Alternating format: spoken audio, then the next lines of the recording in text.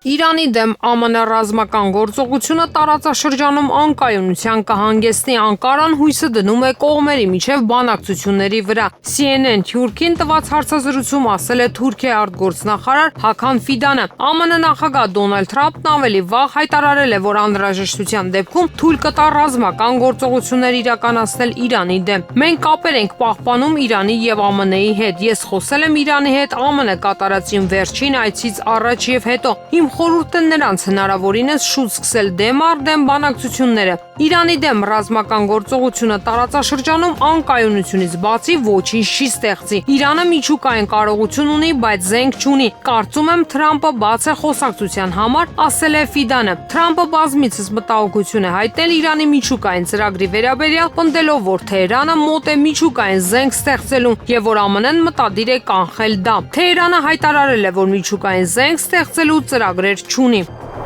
ԱՄՆ նախագահ Դոնալդ Թրամփը մասամբ կասեցրել է նախկինում սահմանված առևտրային մաքսատուրքերը առանց իր թիմի անդամներին նախազգուշացնելու, քանի որ նրանց հրապարակային հայտարարությունները տարբերվում են այն ամենից, ինչը ինքը պետության ղեկավարը հետագայում ասել է։ Այս մասին գրում է The New York Times-ը։ Ինչպես նշվում է հոդվածում, մինչ Սպիտակ տունը փորձում էր համոզել լրագրողներին, որ դա լավ մտածված որոշում է եւ ռազմավարության մաս, ինքը Թրամփը դա անվանել է վնասդային քայլ։ Այս որոշումը զարմացրել է վարչակազմին, որոշ խորհրդականներ դեռ չգիտեն մաքսատուրքերը դադարեցվել են բանակցությունների համար, թե դա ընդամենը ժամանակավոր զիջում է շուկայի ճնշման ֆոնին։ Ըստ NYT խորհրդականները մասնավոր կերպով ընդունում են, որ պատճառը շուկայական խուճապն է։ Չնայած դադարը որպես կանխամտածված քայլ ներկայացնելու փորձերին, պարզ է, որ նույնիսկ Թրամփի մերձավոր շրջապատը տեղյակ չէր նրա սակագնային քաղաքականության շրջադարձի մասին, կարծում են լրագրողները։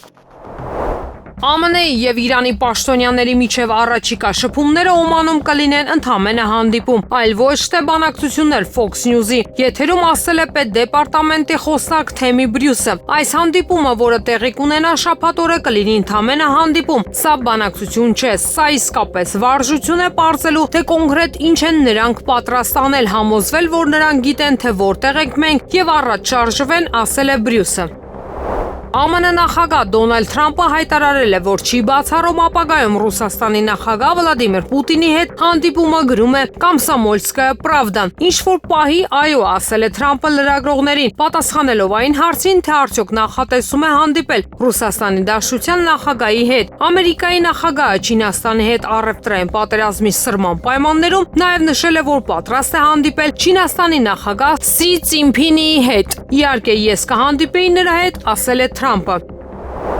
ԱՄՆ ֆինանսների նախարար Սկոտ Բեսենտը մտահոգություն է հայտնել Եվրամիության անդամ երկրների եւ Չինաստանի միջև հնարավոր մերձեցման կապակցությամբ։ Այս մասին գրում է Bloomberg-ը։ Ինչպես նշել է պաշտոնյան, նման քայլը կարող է բացասական հետևանքներ ունենալ։ Նա պարզաբանել է, որ Բրյուսելը վտանգում է կրճատել իր կոկորդը։ Միաժամանակ նախարարը նշել է, որ հույս ունի նոր պայմանավորվածություններ ձեռք բերել ԱՄՆ-ի եւ նրա դաշնակիցների միջև տնտեսական ոլորտում։ Նաեւ Բեսենտի կարծիքով ամերիկյան ղեկավարությունը կարող է հավաքական մոտեցում մշակել Չինաստանի հետ առևտրի անհավասարակշիռ կառուցվածքի խնդրի լուծման համար։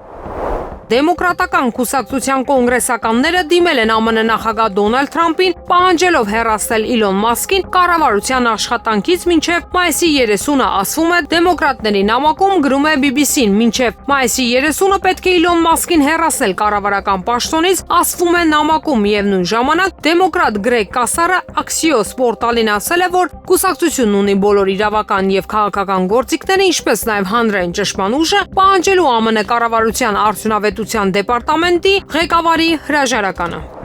Ռուս զինվորականները ոչնչացրել են Ուկրաինայում Սումիի մարզում գտնվող երկրի զինված ուժերի զինամթերքի արտադրության հիմնական արտադրամասը։ Այս մասին ասվում է ֆրանսիական Le Monde թերթի հրապարակման մեջ, որը վկայակոչում է Ուկրաինայի զինված ուժերի 104-րդ բրիգադի սպա Անտոն Սերբինին։ Ոչնչացվել է մեր ազգային զինամթերքի արտադրության հիմնական արտադրամասը, ասել է ուկրաինացի զինվորականը։ Իսրայելի պաշտպանության նախարար Իսրայել Կացի խոսքով բանակը գրավել է Գազայի հատվածի հսկայական տարածքներ եւ դրանք վերածում է բուֆերային գոտիների։ Այս մասին հաղորդում է Bild-ը, հսկայական տարածքներ են գրավում եւ ավելացվում Իսրայելի անվտանգության գոտիներին։ Գազայի հատվածը դարձնելով ավելի փոքր եւ մեկուսացված, բնակչությունն արդեն տարանվում է մարտական գոտիներից, սա պատերազմին վերջ տալու միակ միջոցն է, ասել է Կացը Պաղեստինի հարավում գտնվող Ռաֆա եւ Խան Յունիս քաղաքների միջև մորակ միջանց կատարած այցի ժամանակ։ Կացն ընդգծել է, որ զինվորականները կանցնեն ավելի ինտենսիվ մարտերի ամբողջ Գազայի հատվածում, քանի դեռ պատանդները ազատ չեն արձակվել, իսկ Համասը չի պարտվել։ Պարբերականի հաղորդմամբ Իսրայելն աշխատում է նաև Գազայի հատվածի բնակիչների կամավոր վերաբնակեցման վերաբերյալ ԱՄՆ նախագահ Դոնալդ Թրամփի ծրագրի իրականացման ուղղությամբ։ Պատերազմական գոտում ռուսական բանակը հարձակողական գործողություն է իրականացնում առաջնագծի ողջ երկայնքով։ Այս մասին հայտում է CNN-ը, վկայակոչելով ուկրաինացի սպաների եւ Ուկրաինայի գլխավոր շտաբի հաղորդագրությունները։ Նշվում է, որ ռուսական զորքերը վերջին 10 օրվա ընթացքում ակտիվացել են Պոկրովսկի շրջանում։ Նրանք ամրապնդում են իրենց դիրքերը եւ տեխնիկա են տեղափոխում ապագա հարձակումների համար։ Ռուսաստանի զինված ուժերի հիմնական ջանքերը կարող են ուղղված լինել ոչ թե հենց Պոկրովսկին, քանի որ քաղաքը լավ ամրացված է, այլ մոտակա բնակավայրերին, օրինակ Նովոպավլովկային։ Պարբերականը վկայակոչելով Դնեպրոպետրովսկի շրջանի ներկայացուցիչներին հաղորդում է, որ Նովոպավլովկայի տեղի բնակիչները սկսել են տարհանվել։ Կառավարությունը Հայաստանի անվտանգության սպառնալիքներին վերաբերող տեղեկատվության առկայության դեպքում անպայման կկիսվի հանրության հետ։ Armenpress-ի հաղորդմամբ այս մասին լրագրողների զրույցում վստահեցրեց Հայաստանի Հանրապետության անվտանգության խորհրդի քարտուղար Արմեն Գրիգորյանը։ Նա նշեց, որ սահմանային իրավիճակի վերաբերյալ պաշտպանության նախարարությունը պարբերաբար տեղեկություն է տրամադրում, հերքում է նաև կեղծ Ադրբեջանից հնչող կեղծ մեղադրանքները։ Մենք շարունակում ենք աշխատել այդ ուղղությամբ, Հայաստանի առաջարկը շարունակում է մնալ սահմանային միջադեպերի հետաքննության մեխանիզմի ստեղծումը։ Մենք շարունակում ենք հրապարակային սրա մասին խոսել, աշխատել այս ուղղությամբ, որպեսզի սահմանային միջադեպերի հետաքննության մեխանիզմ ունենանք, ասաց Գրիգորյանը, անդրադառնալով հարցին, թե ադրբեջանական կողմից սահմանամերձ շրջաներում կուտակումների մասին տեղեկություններ կա, ազգային անվտանգության խորհրդի քարտուղարը պատասխանեց, եթե որևէ ինֆորմացիա լինի, որը փոխկապակցված է Հայաստանի անվտանգային իրավիճակի հետ, բնականաբար մենք այդ ինֆորմացիայով կկիսվենք հանրության հետ։ Պատասխանելով հարցին, թե պատերազմի վտանգ տեսնում է Գրիգորյանը, կրկնեց. Եթե Հայաստանի Հանրապետության անվտանգությանը սպառնալիք տեսնենք, բնականաբար հանրության հետ կկիսվենք։ Եթե ունենանք որևէ ինֆորմացիա, որը վերաբերում է Հայաստանի անվտանգության սպառնալիքներին, բնականաբար կկիսվենք հանրության հետ։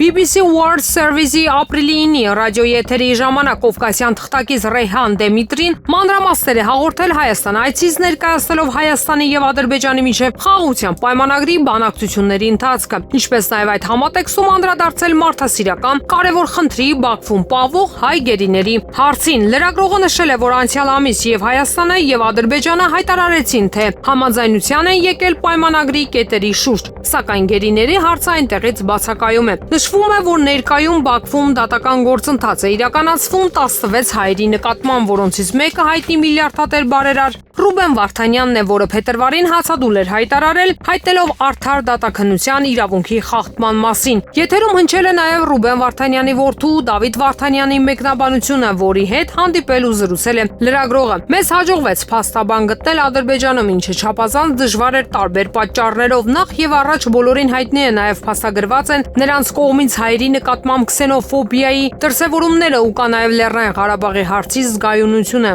Շատ փաստաբաններ հրաժարվում են վերցնել գործը, հաշվի առնելով, թե ինչպիսի ճշմարտ տակ կհայտնվեն։ Մենք ունենք նաև իրավական թիմ դրսում մեր միջազգային իրավախորհրդատուն Ջարեդ Գենսերը Վաշինգտոնից ոչ մի անգամ չի կարողացել խոսել կամ ուղիղ հաղորդակցվել հորս իր պաշտպանյալի հետ։ Նրան չեն թույլատրել այցելել Բաքու, ասել է Դավիթ Վարդանյանը։ BBC World Service-ն անդրադարձել է նաև Ադրբեջանում BBC-ի ադրբեջանական ծառայության նկատմամբ ճնշումներին, ինչպես նաև Կարմիր խաչի միջազգային կոմիտեի գործունեությունը դադարեցնելու պահանջին։ Լրագրողների վրա հսկայական ճնշում կա, տասնյակ անկախ լրագրողներ բանտում են, խոսքի ազատություն չկա եւ անցյալ ամիս մի շարք միջազգային կազմակերպությունների ՄԱԿ-ի գրասենյակներին եւ Կարմիր խաչին, որը միակ կազմակերպությունն էր հայ բանտարկյալների մոտ մուտքի իրավունքով, բոլորին ասվել է փակել իրենց գրասենյակները ջրվեժները առանց որևէ պաշտոնական պատճառի, բայց ոչ պաշտոնապես ենթադրվում է, որ Ադրբեջանի իշխանությունները այս կազմակերպություններին դիտարկում են որպես հայամետ դիրքորոշում ունեցողների։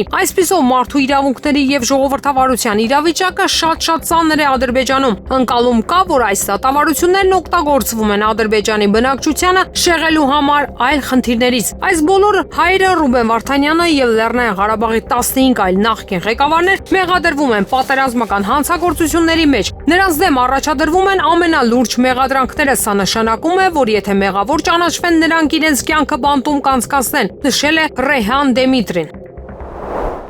ԱՄՆ-ն անհրաժեշտության դեպքում պատրաստ կլինի ռազմական ուժ կիրառել Իրանի դեմ։ Այս մասին հայտարարել է ԱՄՆ նախագահ Դոնալդ Թրամփը։ Թրամփը պատասխանելով Իրանին հարվածելու հնարավորության մասին լրագրողների հարցին ընդգծել է, որ եթե նման անհրաժեշտություն առաջանա, ապա Իսլամական Հանրապետության դեմ ռազմական ուժ կկիրառվի։ ԱՄՆ նախագահը նշել է, որ Օմանում Իրանի հետ առաջիկա խորհրդակցությունները միայն երկար գործընթացի սկիզբ կդառնան։ Նա ընդգծել է, որ Վաշինգտոնը թույլ չի տա, որ Թեհրանը միջուկային զենք ունենա։ ԱՄՆ նախագահ Դոնալդ Թրամփը մասամբ կասեցրել է նախկինում սահմանված առևտրային մաքսատուրքերը առանց իր թիմի անդամներին նախազգուշացնելու, քանի որ նրանց հրապարակային հայտարարությունները տարբերվում են այն ամենից, ինչ ինքը պետության ղեկավարը հետագայում ասել է։ Այս մասին գրում է New York Times-ը։ Ինչպես նշվում է հոդվածում, մինչ Սպիտակ տունը փորձում էր համոզել լրագրողներին, որ դա լավ մտածված որոշում է եւ ռազմավարության մաս, ինքը Թրամփը դա անվանել է բնազդային քայլ։ Այս որոշումը զարմացրել է վարչակազմին, որոշ խորհրդականներ դեռ չգիտեն, մաքսատուրքերը դադարեցվել են բանակցությունների համար, թե դա ընդամենը ժամանակավոր զիջում է շուկայի ճնշման ֆոնին։ Ըստ պարբերականի, խորհրդականները մասնավոր կերպով ընդունում են, որ պատճառը շուկայական խուճապն է, չնայած դադարը որպես կանխամտածված քայլ ներկայացնելու փորձերին պարզ է, որ նույնիսկ Թրամփի մերձավոր շրջապատը տեղյակ չէր նրա սակագնային քաղաքականության շրջադարձի մասին, կարծում են լրագրողները։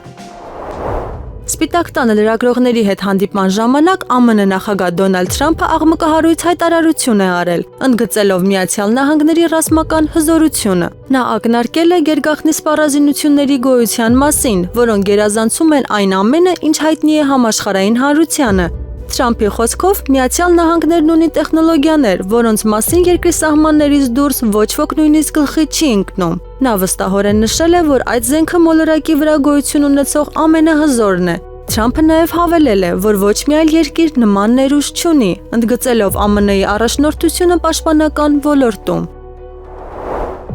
Ամերիկացի լրագրող Թաքեր Կարլսոնը կարծիք է հայտնել, որ Միացյալ Նահանգները պարտվել է Ռուսաստանին Ուկրաինայի հակամարտության ֆոնին։ Նրա խոսքով Վաշինգտոնը գերագնահատել է սեփական հնարավորությունները եւ պատրաստ չէ ընդունել այդ ձախողումը։ Նա հայտարարել է, որ հակամարտությունը փաստացի վարում էին ոչ թե ուկրաինացիները, այլ ամերիկյան կառույցները, Պենտագոնը, Պետդեպարտամենտը եւ Կենտրոնական հետախուզության վարչությունը, որոնք ղեկավարում էին Ռուսաստանի դեմ գործընթացը։ Ուկրաինան, Կարլսոնի խոսքով, երբեք առաջնահերթություն չի եղել Վաշինգտոնի համար եւ արդյունքում երկիրը կործանվել է։ Կարլսոնը զուգահեռ է անցկացրել ԱՄՆ արտաքին քաղաքականության եւ տարեց տղամարդու վարքագծի միջև, որը չի գիտակցում, որ կորցրել է ազդեցությունն ու գրավչությունը։ Նա դա անվանել է ազգային հպարտության դրսևորում եւ նախազգուշացրել, որ նման ինքնավստահությունը կարող է հանգեցնել տերության անկման։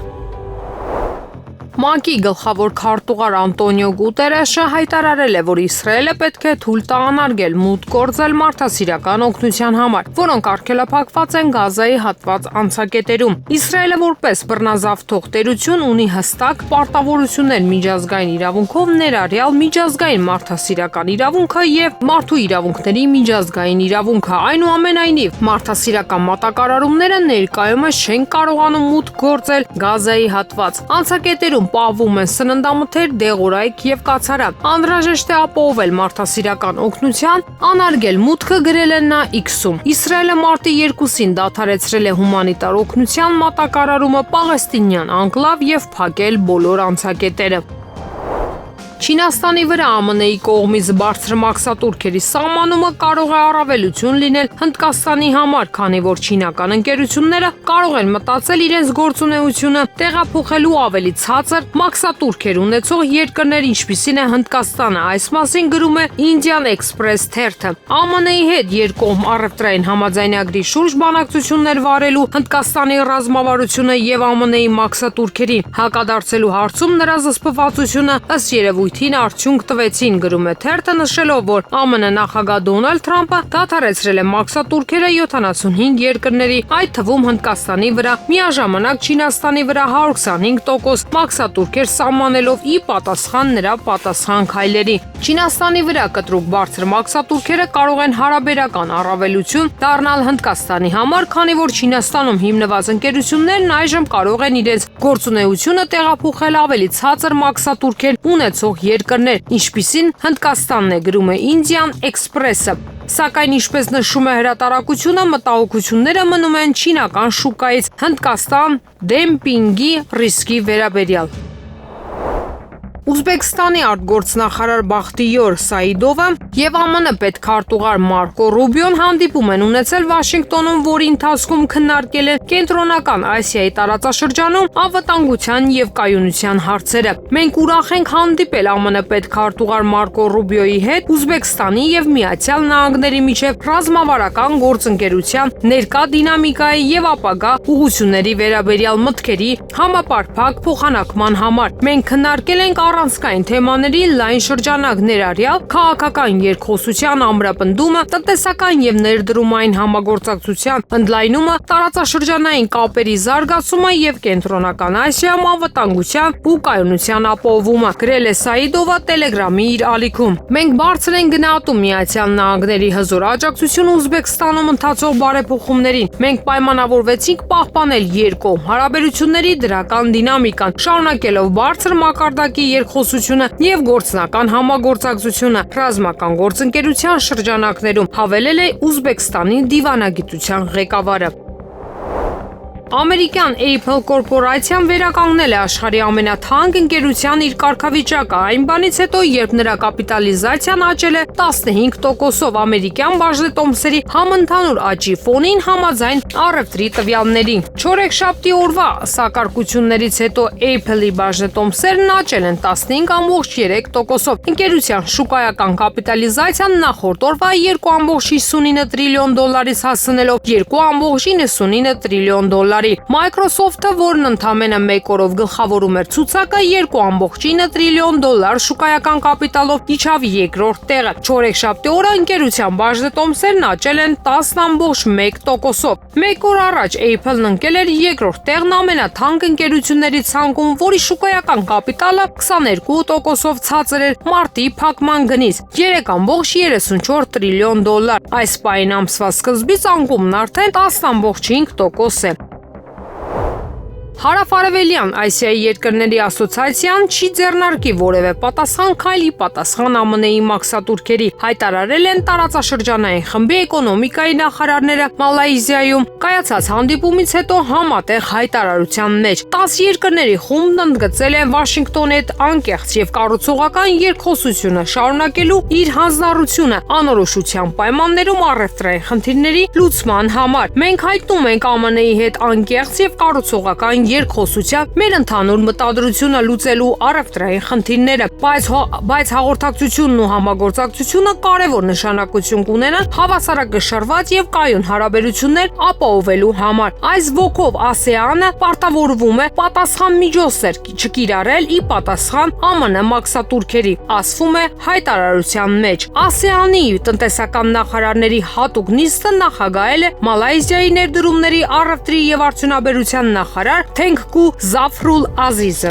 ASEAN-ը նաև իր աջակցությունն է հայտնել առևտրի համաշխարհային կազմակերպությանը որպես երկխոսության հիմնական հարթակ, ընդգծելով նրա դերը առևտրային լարվածության սրումը կանխելու եւ համագործակցային կանոնների վրա հիմնված լուծումներ խթանելու գործում։ Ղազախստանի նախագահ Կասիմ-Ժոմարտ Տոկաևի այցը Ռուսաստան նախատեսված է, աշնանը հայտարարել է երկրի փոխվարչապետ եւ արտաքին գործերի նախարար Մուրատ Նուրթլեուն։ Տարին խոստանում է լինել հետաքրքիր եւ դինամիկ։ Մենք նախատեսում ենք, որ Կասիմ-Ժոմարտ Տոկաևի առաջիկա այցը, որը նախատեսված է աշնանը, նույնպես կարևոր հանգրվան է։ Մենք շատ լուրջ աշխատանք ենք տանում պետական այցը նախապատրաստելու եւ իրականացնելու համար, ասել է Նուրթլեուն Ռուսաստանի Դաշնության արտգործնախարար Սերգեյ Լավրովի հետ հանդիպմանը։ Ավստրալիան կվերսկսի Եվրամիության հետ առևտրային գործարքի շուրջ բանակցությունները ԱՄՆ-ի կողմից մաքսատուրքերի սահմանումից հետո, հայտարարել է Ավստրալիայի առևտրի նախարար Դոն Ֆարելը։ Ես շատ ջերմ եւ կառուցողական հանդիպում ունեցա Եվրամիության իմ գործընկերոջ հետ, եւ մենք պայմանավորվեցինք արագացնել ազատ առևտրի համաձայնագրի շուրջ բանակցությունների վերսկսումը, ասել է Ֆարելը Nightly 13-ին։ Նա նաեւ նշել է, որ երեքշաբթի երեկոյան կայացել է իր հանդիպումը առևտրային քաղաքականության եւ տնտեսական անվտանգության հարցերով եվրահանձնակատար Մարոշ Շեֆչովիչի հետ։ Կողմերը պայմանավորվել են բանակցություններ սկսել Ավստրալիայում մայիսի 3-ին նշանակված դաշտային ընտրություններից անմիջապես հետո։ Հայաստանը կստորագրի ԵԱՏՄ գիտահետազոտական ծառայությունների միասնական շուկայի մասին համաձայնագիրը։ Հայաստանի Հանրապետության կառավարությունն այսօրվա ապրիլի 10-ին նիստի ժամանակ հավանություն տվեց համաձայնագրի ստորագրմանը։ Ըստ համաձայնագրի կհամապատասխանեցվի Միության երկրների գիտահետազոտական աշխատանքների ծառայությունների կարգավորման օրենսդրությունը, կզարգացվի կիրառական գիտության ձեռնարկությունների, ինչպես նաև Միության անդամ երկրների գիտությունների ակադեմիաների եւ ճյուղային գերատեսչությունների միջև փոխգործակցությունը։ Նշենք, որ ավելի վաղ ԵԱՏՄ անդամ երկրները համաձայնագիր էին ընդունել Միության երկրների կողմից շնորհվող գիտական աստիճանների փոխադարձ ճանաչման մասին։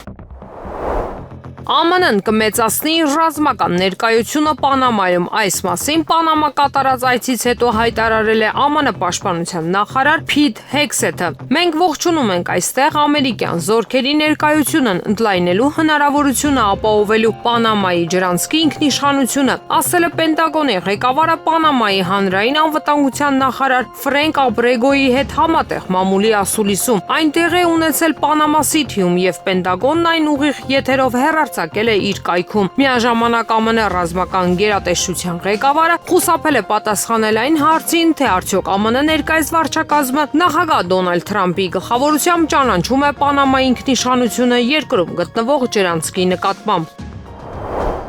Ճապոնիայի ինքնապաշտպանության ուժերը ծրագրում են 2025 թվականի ամռանը հականավային հրթիռներով վարժանքներ անցկացնել Ռուսաստանի հարևան Հոկայդո պրեֆեկտուրայի Շիզունայ պոլիգոնում։ Ըստ NHK-ի սա կլինի առաջին նման կրակոցը Ճապոնիայում։ Զորավարժությունների ընթացքում օգտագործվելու են ցամաքային ինքնապաշտպանության ուժերի երկիր նավ տեսակի 88 հրթիռներ։ Նախկինում ճապոնացի զինվորականները նման զորավարժություններ էին անցկացրել, սակայն Ճապոնիայից դուրս, քանի որ դրանց հեռահարությունը մոտ 150 կիլոմետր եւ ավելի թույլ չէր տալիս ապահովել ծովային եւ օդային տարածքի անվտանգությունը։ Այժմ որոշվել է հրաձգության սահմանափակումներով վարժանքներ անցկացնել նաեւ Ճապոնիայում։ Ճապոնիայի կաբինետի քարտուղար Յոշիմասա Հայաշին հաստատել է, որ նման զորավարժությունները ներկայումս քննարկվում են, բայց հավելել է, որ վայրը դեռ որոշված չէ եւ խոստացել է, որ բոլոր միջոցները կձեռնարկվեն անվտանգությունն ապահովելու եւ տեղի բնակչությանը տեղեկատվություն տրամադրելու համար։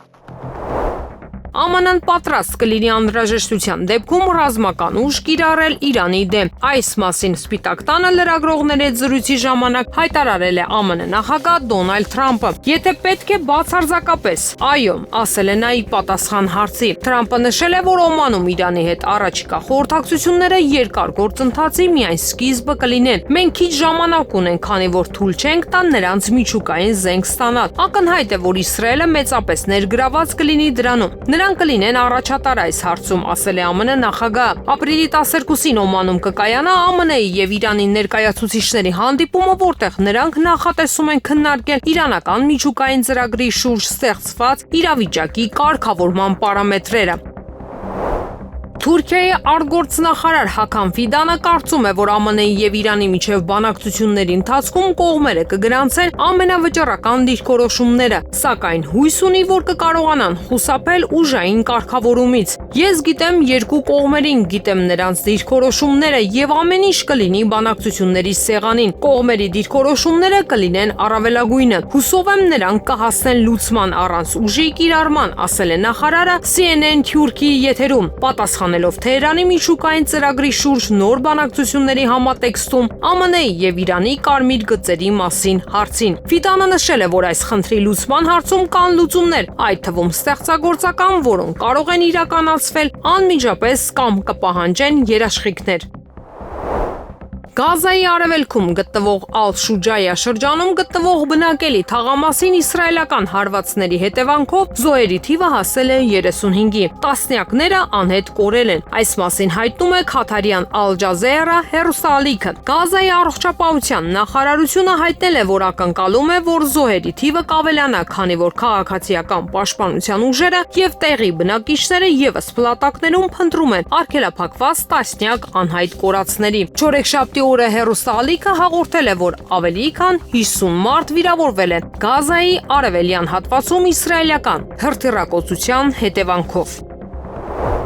Ռուսական պատվիրակությունը ժամանել է Ստամբուլ բանակցություններ վարելու ԱՄՆ-ի հետ երկկողմ հարաբերությունների եւ Ուկրաինայում տիրող իրավիճակի շուրջ։ Այս մասին հայտնում է ՏԱՍՍ-ը։ Ինչպես ավելի վաղ հայտնել ենք, ռուսական եւ ամերիկյան պատվիրակությունների հանդիպումը Ստամբուլում կմեկնարկի Մոսկվայի ժամանակով 10:00-ին, Երևանի ժամանակով 11:00-ին։ Գործակալության աղբյուրի համաձայն բանակցությունների երկրորդ փուլը կսկսվի այն բանից հետո, երբ երկու երկրների ներկայացուցիչները կժամանեն Ռուսաստանի գլխավոր հյուպատոսություն։ Ռուսական պատվիրակությունը կգլխավորի Վաշինգտոնում Ռուսաստանի դեսպան Ալեքսանդր Դարչիևը։ Ամերիկյան պատվիրակությունը կգլխավորի ԱՄՆ պետքարտուղարի Եվրոպայի եւ Եվրասիայի հարցերով օգնականի տեղակալ Սոնատա Կուլտերը։